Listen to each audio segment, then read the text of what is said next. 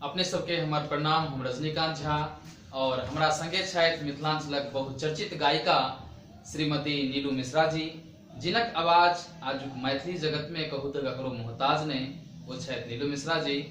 और नीलू मिश्रा जी से आग्रह करबनि जे एकटा मैथिली गीत अहाँ सबके सुनाबैत। तो आओ सुनल जाओ नीलू मिश्रा जी से एकटा मैथिली गीत। ब्राह्मण बाबू यो कनि